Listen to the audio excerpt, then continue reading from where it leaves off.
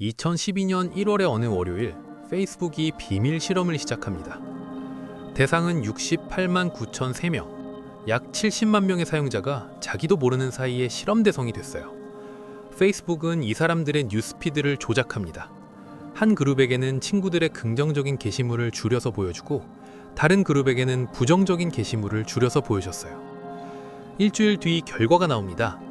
부정적 게시물을 많이 본 사람들은 자기 게시물도 부정적으로 바뀌었어요. 긍정적 게시물을 많이 본 사람들은 자기 게시물도 긍정적으로 바뀌었고요. 여기서 소름 돋는 포인트가 뭐냐면 이 사람들은 서로 얼굴 한번 본 적이 없어요. 목소리를 들은 적도 없어요. 그냥 화면 위에 텍스트, 글자 몇 줄을 읽었을 뿐인데 감정이 옮겨간 거예요. 이 논문이 2014년에 공개되자 전 세계가 발칵 뒤집힙니다. 윤리 논란이 폭발했죠. 하지만 과학적으로 이 실험이 증명한 한 가지는 명확했어요. 감정은 전염됩니다. 만나지 않아도, 텍스트만으로도. 자, 그러면 이제 질문을 바꿔볼게요. 화면 속 글자 몇 줄로도 감정이 없는데 바로 옆에 앉아서 2시간 동안 하소연을 듣고 있는 상황이라면 당신의 뇌에서는 대체 무슨 일이 벌어지고 있을까요? 오늘 만나고 나면 기가 빨리는 친구의 비밀을 뇌 속까지 들어가서 파헤칩니다. 이 이야기의 첫 번째 실마리는 1991년 이탈리아에서 시작됩니다. 파르마 대학교의 신경과학자 자코모 리촐라티는 원숭이 뇌의 운동 영역을 연구하고 있었어요.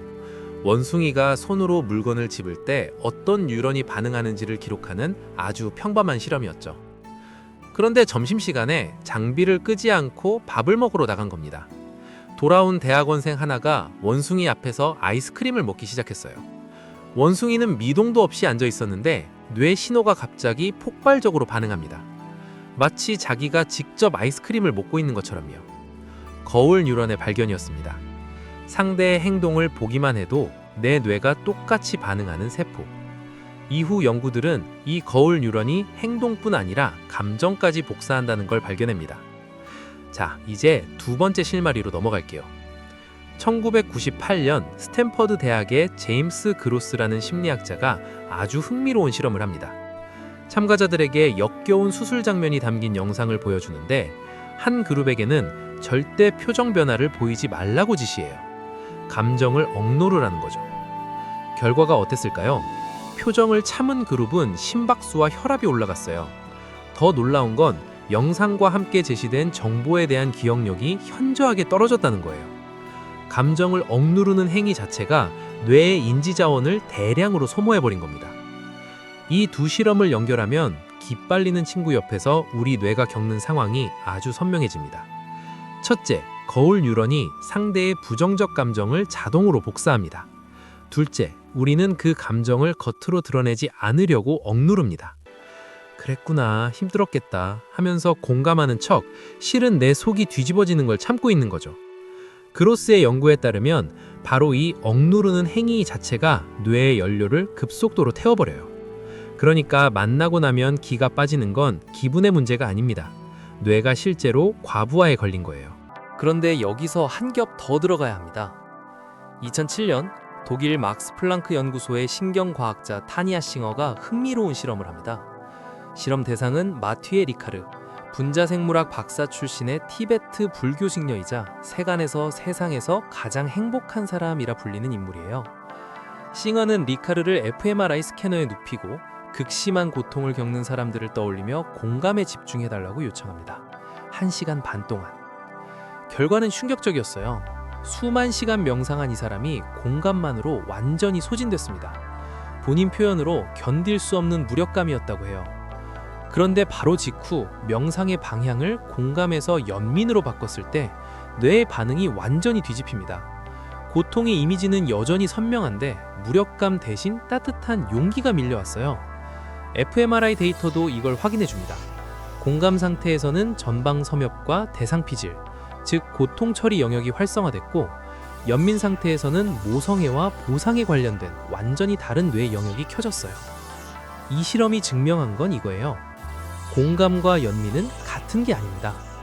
공감은 상대의 고통을 내 뇌에 그대로 복사하는 거고 연민은 고통을 인지하되 나까지 무너지지 않는 거예요. 그리고 공감만 반복하면 소진되지만 연민은 소진되지 않아요. 기빨리는 친구 앞에서 우리가 하고 있는 건 전형적인 공감 과부하예요. 상대의 부정적 감정이 거울 뉴런을 통해 자동 복사되고 그걸 참느라 인지 자원이 소모되고 이 과정이 반복되면서 뇌의 고통 처리 영역이 과열되는 겁니다. 그리고 더 교묘한 게 있어요. 기빨리는 사람들은 가끔 깜짝 놀랄 만큼 다정해지거든요. 너 아니면 안 돼. 너만 나를 이해해줘.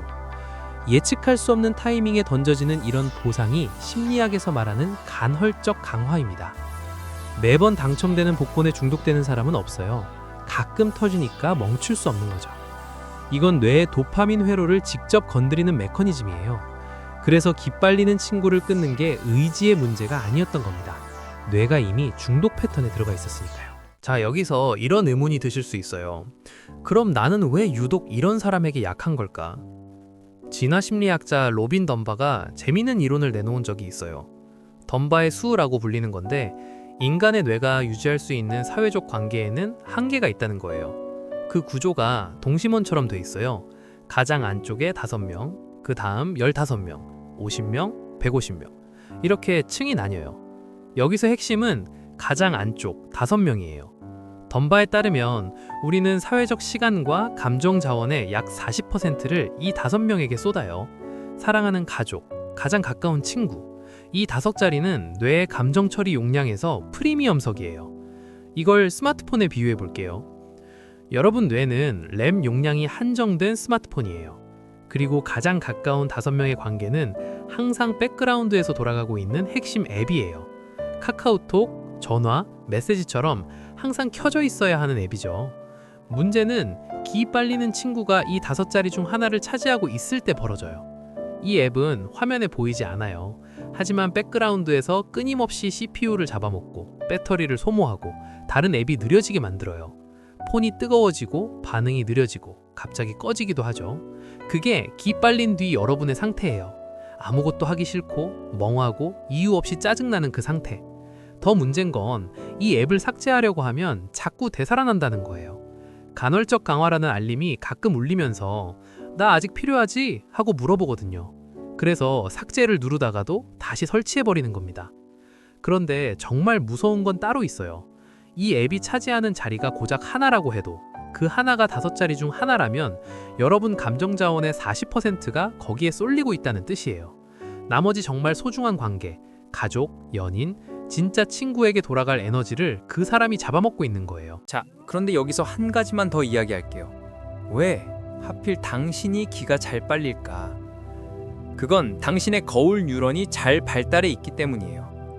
수만 년 전 소규모 부족에서 살던 시절 옆 사람의 미세한 표정 변화를 읽어내는 능력은 생존 그 자체였어요. 저 사람이 불안해하니까 근처에 위험이 있을 수 있다를 직감하는 사람이 살아남았거든요. 당신의 뇌는 그 유산을 고스란히 물려받은 거예요.